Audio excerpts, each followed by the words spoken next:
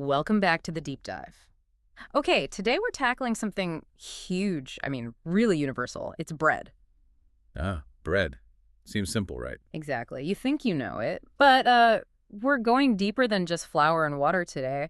We're looking at how really understanding bread can, well, change how you eat everything. That's the plan. It's not just about nutrition facts or, history lessons. Right. We want to show you how knowing more about bread, where it comes from, what's in it, how it affects you, can really unlock a more mindful way of eating. Mm-hmm. Turn mealtime into something richer, more intentional. Absolutely. It's about the how, not just the what. So, yeah, get ready. We'll bust some myths, uncover some actually pretty surprising facts, Mm, and find practical ways to make bread and honestly anything you eat a more conscious, beneficial part of your life, like decoding your plate. Precisely.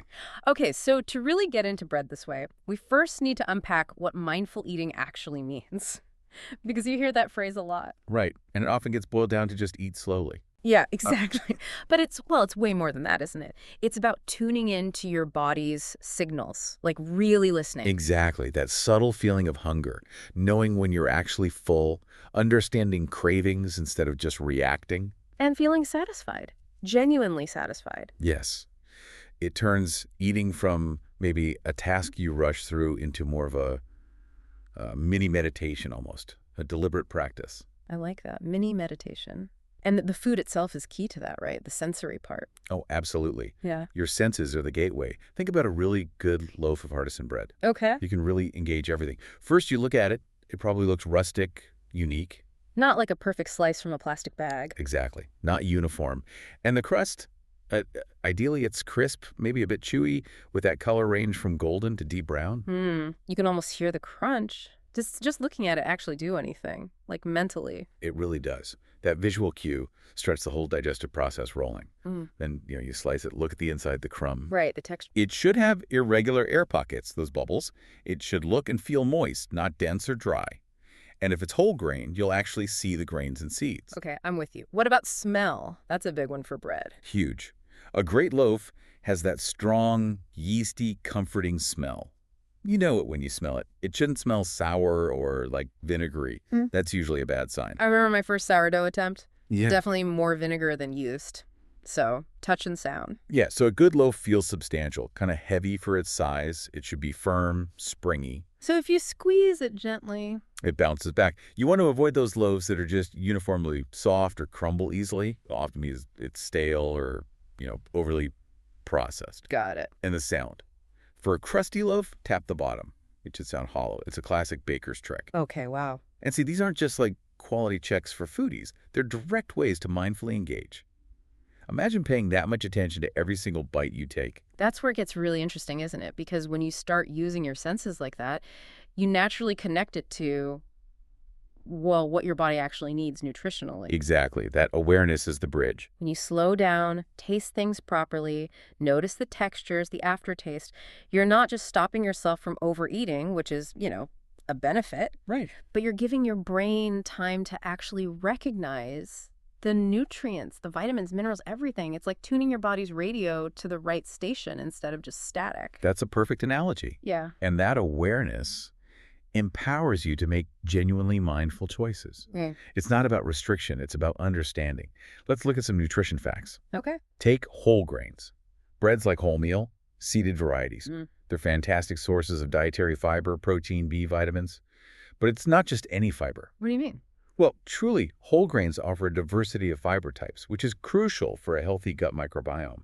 That's something you often miss if you just grab any brown bread without checking. Ah, okay. So diversity of fiber, not just the amount. That's key.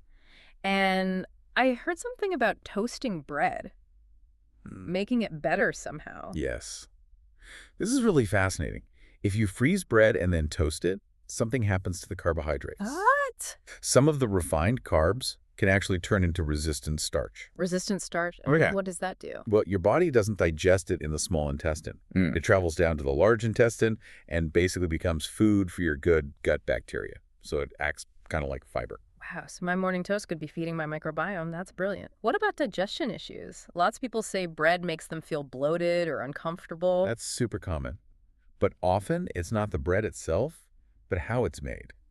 Sourdough or other naturally fermented breads, Mm-hmm. they're often much easier to digest. Why is that? The long fermentation process, that time it takes for the natural yeast and bacteria to work, it starts breaking down the carbohydrates and even some of the gluten. That can make a big difference for people with sensitivities. It's, an ancient method for a reason. Right. Traditional methods often have that built-in wisdom. Okay, let's bust some myths. The big one. Bread is fattening. Full stop. Oh yeah, that one's huge. And mostly it's just not true. Especially whole grain bread eaten in moderation, it's a healthy food. How many calories are we talking? An average slice of wholemeal is only around 79 calories. The issue isn't usually the bread. It's what you put on it. Exactly. Piles of butter, sugary jams, processed meats, creamy spreads. That's often where the excess calories and fat come from. The bread is just the vehicle. So bread gets the blame unfairly sometimes. Okay, what about the rule? Brown bread is always healthier.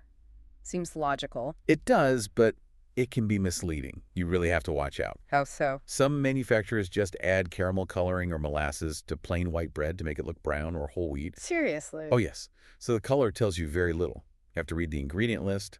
Look for whole wheat flour or whole grain flour listed first. Not just wheat flour or multigrain. Okay, that's a critical tip. Check the first ingredient. Got it.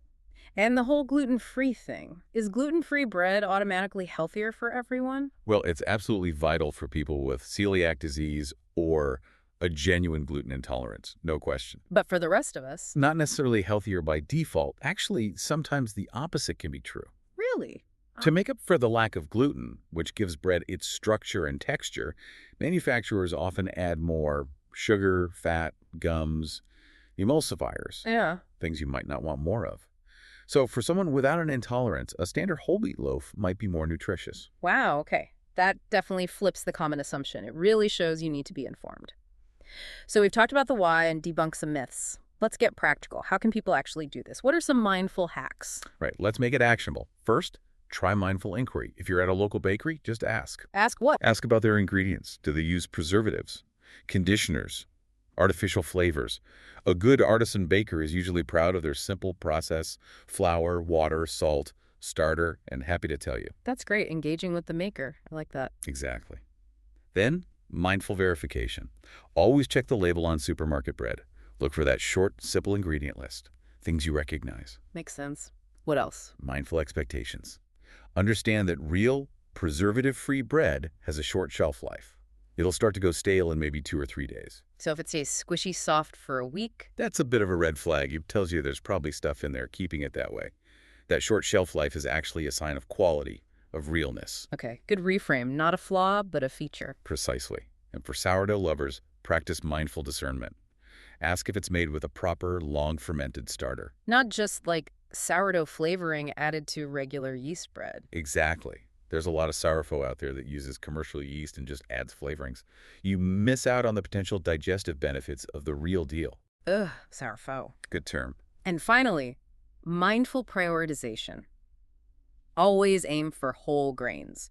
Check that label again. Make sure whole wheat or whole grain is the very first ingredient. These are really concrete things people can do right away. And what's cool is these little habits, asking questions, checking labels, even simple things like putting your fork down between bites or eating away from screens. Yes, they anchor the practice. They go way beyond just bread, right? You could apply this way of thinking, this attention, to basically any food you buy or make.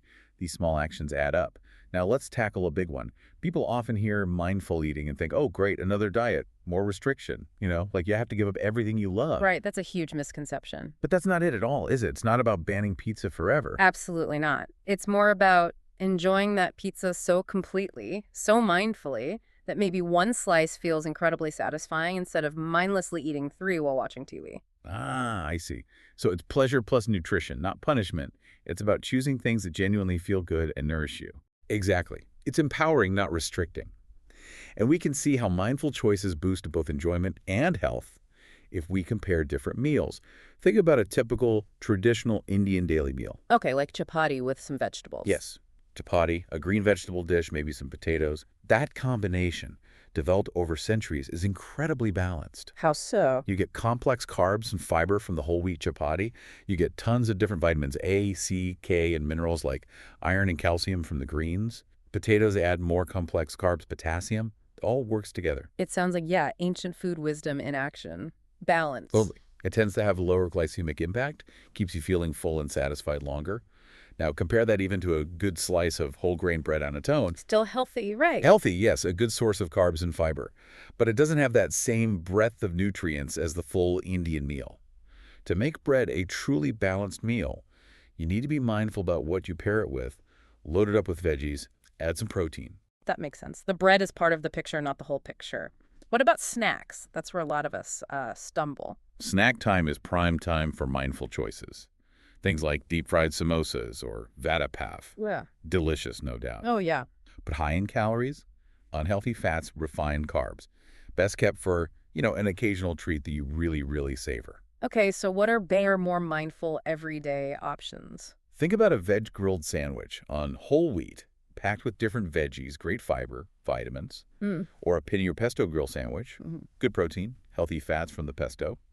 Spinach and corn on whole wheat is good too, iron, fiber. And just a plain chapati or roti. Excellent choice. Made with whole wheat atta, it's high fiber, complex carbs, low fat. Pair it with a veggie stir fry, or maybe a light yogurt dip.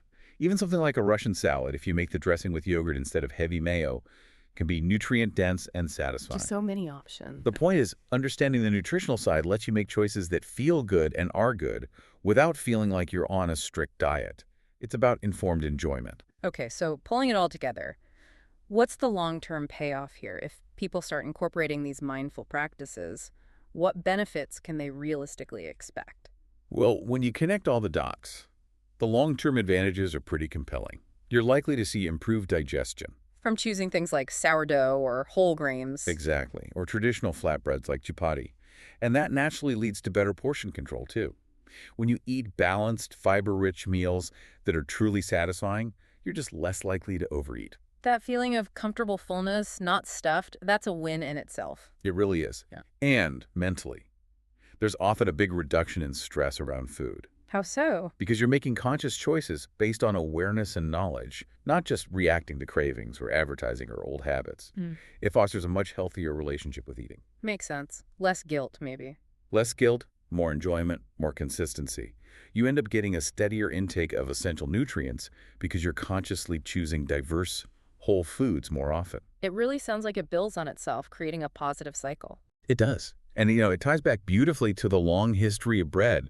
We're talking 14,000 years. Wow. From early hunter-gatherers making flatbreads to all the amazing varieties worldwide tortillas, rye bread, rice-based breads. Sourdough itself, that long fermentation, isn't new. It's ancient. They knew patience resulted in better bread, even if they didn't know the microbiology. Right. Even the ancient Egyptians who mastered leavening apparently used moldy bread on wounds. Really? For its antibacterial properties. An intuitive understanding of nature's benefits thousands of years ago. It just reinforces that these traditional mindful approaches often align perfectly with what's best for our health. That's incredible. So what this all boiled down to really is nurturing a healthier, more enjoyable, long-term relationship with one of the oldest, most fundamental foods we have. What a fascinating deep dive that was. We've really peeled back the layers on bread, haven't we? From ancient grains to modern sourdough, and how mindfulness changes everything. It really does. It's not just about what you eat, but how you experience it. Every meal becomes a chance to connect. And remember, like you said, using these ideas with bread is just the beginning, right? Absolutely. These principles, paying attention, checking ingredients, savoring you, can apply them to everything you eat. It's about bringing more awareness to your plate, decoding the food you eat. So maybe this is the final thought to leave everyone with. What if you tried applying just one of these mindful ideas? Just one. Maybe checking the ingredients on something tomorrow, or really smelling your food before you eat, or just putting your fork down between bites for one meal. How might doing just that one small thing consistently start to shift your overall well-being? Not just physically, but how you feel about food, how connected you are to it, maybe even to the traditions behind it. That's a great question to ponder. So we encourage you, pick one hack, one idea from today, and try it with your next meal. See what happens. Keep exploring, keep tasting, keep enjoying.